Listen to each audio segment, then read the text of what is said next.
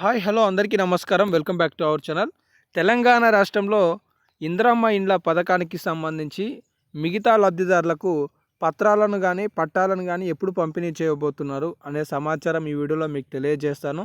దీంతో పాటుగా తెలంగాణ రాష్ట్రంలో నియోజకవర్గానికి 3500 ఇండ్లకి సంబంధించిన లేటెస్ట్ అప్డేట్స్ ఏమున్నాయి అనేది కూడా తెలియజేస్తాను. వీడియోని చివరకు చూసి పూర్తిస్థాయి సమాచారాన్ని స్పష్టంగా తెలుసుకునే ప్రయత్నం చేయండి.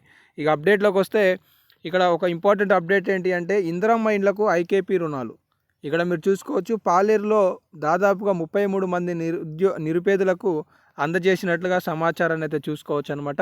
వాస్తవానికి తెలంగాణ రాష్ట్రంలో మొదటి విడత కింద ప్రభుత్వం 4,50,000 ఇందిరమ్మ ఇండ్లను మంజూరు చేస్తామని హామీ ఇచ్చింది.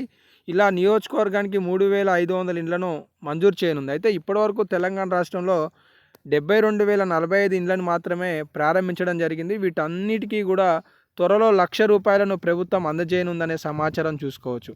మొత్తానికి తెలంగాణ రాష్ట్రంలో 4 విడతలలో ప్రభుత్వం ఈ ₹5,00,000 అందించబోతుంది.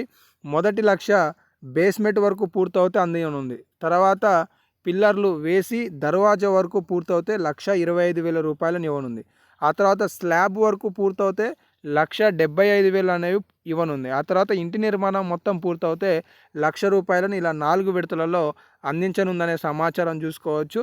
అయితే ఇంటి నిర్మాణం అనేది 400 చదరపు అడుగుల కంటే తక్కువలో అంటే మినిమం 400 చదరపు అడుగులు ఉండాలని చెప్పేసి ప్రభుత్వం సూచనలు చేస్తుంది.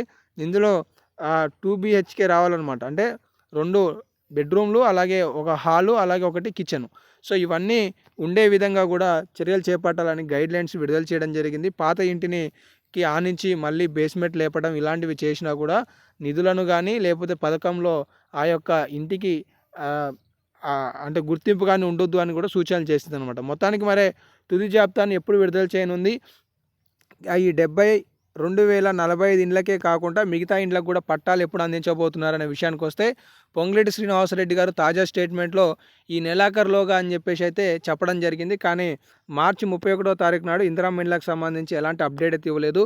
కాకపోతే తెలంగాణ రాష్ట్రంలో ఈ 9వ తారీఖు నాడు, మొత్తానికి ఏప్రిల్ 9వ తారీఖు నాడు తుది జాబితాను విడుదల చేయడానికి ఎక్కువ అవకాశాలు ఉన్నాయనే సమాచారం అయితే తెలుస్తుంది.